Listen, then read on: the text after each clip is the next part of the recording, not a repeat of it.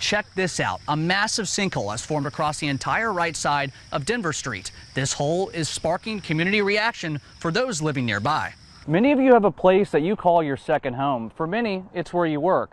Firefighters have to sleep where they work. Their union president wants change. Getting from point A to point B is something all of us have to do. Now drivers traveling through the intersection of Highway 51 and Lake Harbor Drive will have to navigate a temporary lane change. I'm here at the I-55 State Route 463 interchange, also known as the Madison exit. Come Monday, crews will begin putting lights over what will eventually become the Reunion Parkway Bridge. We spoke with MDOT along with residents about this new project.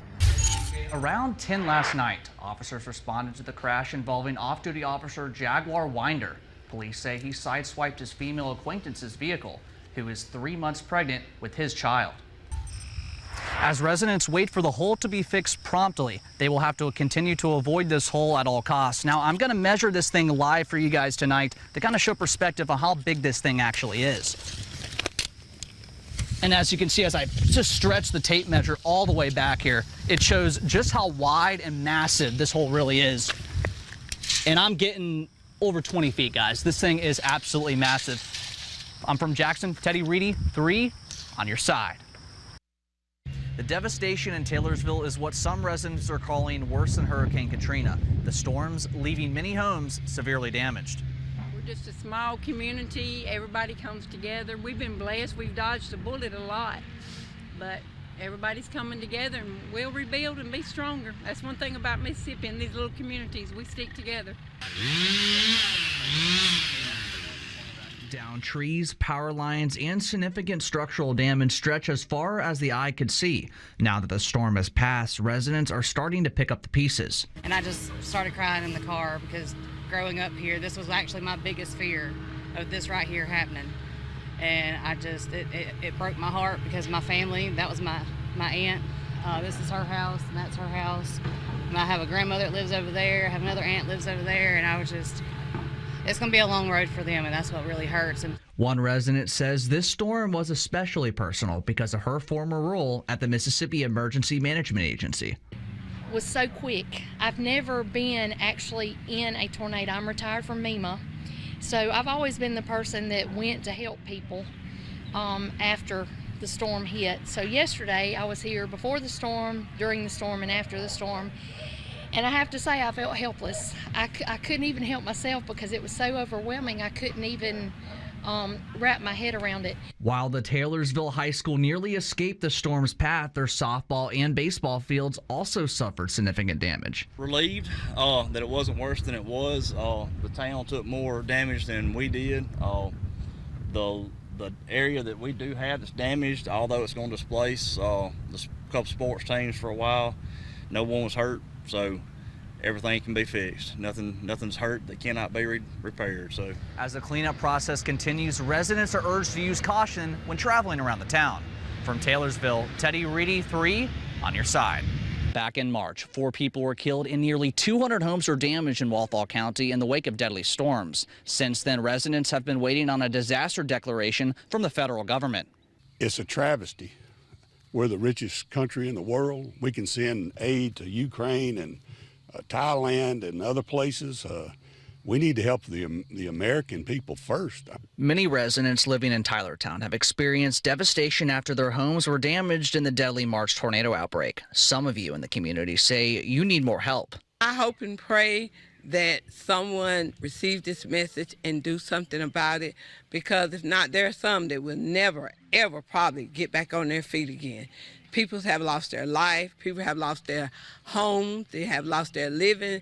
What does it take for us to get back on the map? Still, the hard-hit communities wait on federal assistance so they can continue the cleanup of their towns. Former Mississippi Governor Phil Bryant has been appointed to head a FEMA Review Council.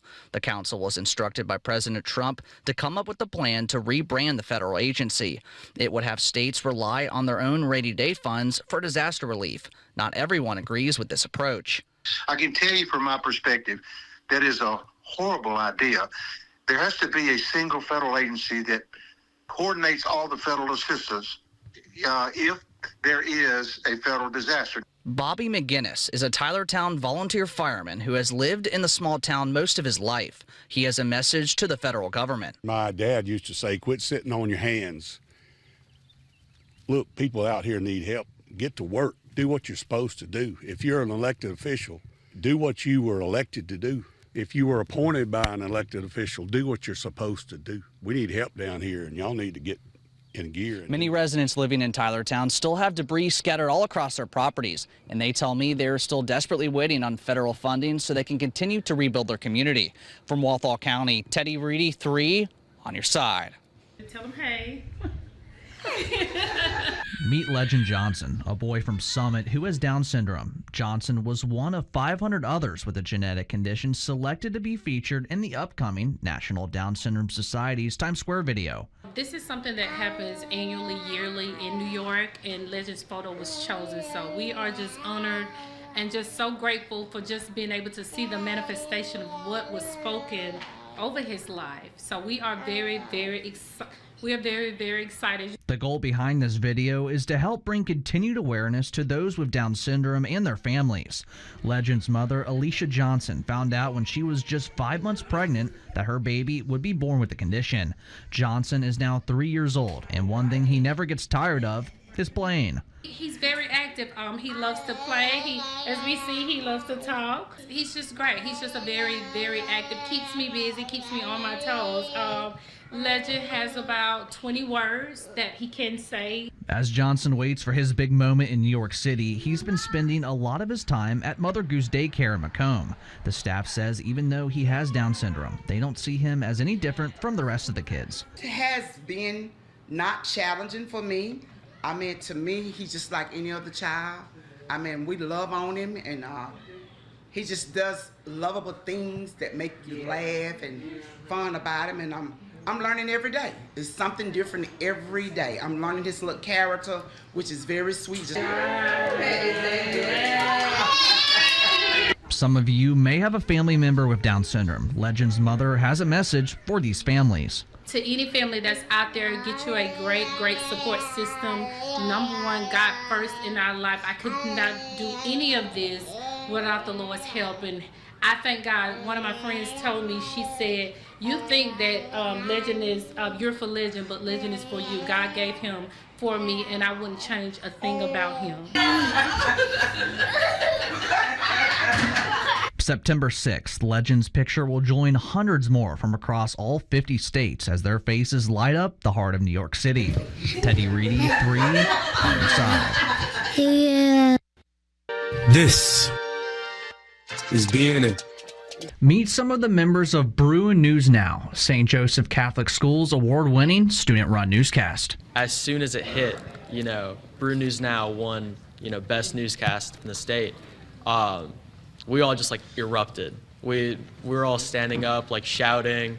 It was one of the best feelings ever. The school bagged its 3rd all-time best student newscast. The winning show was shot at the State of the State address, where students interviewed Governor Tate Reeves.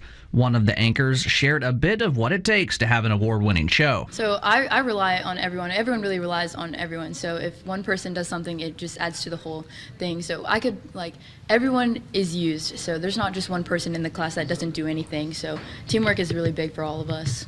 It's not just talent in front of the camera that makes these shows run. It takes a well-oiled machine with plenty of help behind the scenes as well. One of the production's chief editors echoes teamwork as a key contributor to this show's success. Teamwork is a very valid term to use for our journalism class, because if one person doesn't do something, then the whole newscast falls apart. Everybody has to do their part to almost perfection. The show could not go on without guidance from a teacher. The news director of Bruin News Now shared why this course is so impactful on students' lives.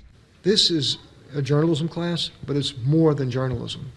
This is a life skills class. My kids come in here, and some of them are going to get into journalism, some of them won't. Those who don't still walk away with many vital skills. They learn how to talk to people, how to interview people, how to research. So what's next for these students? Some will continue on in their pursuit of a career in journalism, and some will use this class to open up more opportunities. I put a lot of effort into this because this is actually what I want to do going forth in life. I don't want to actually do journalism, but I want to go into film. I want to start directing movies. And so this gives me a really grounded base in that, and it's extremely helpful for me. St. Joe also has a weekly radio show that airs on campus. Teddy Reedy, 3 on your side.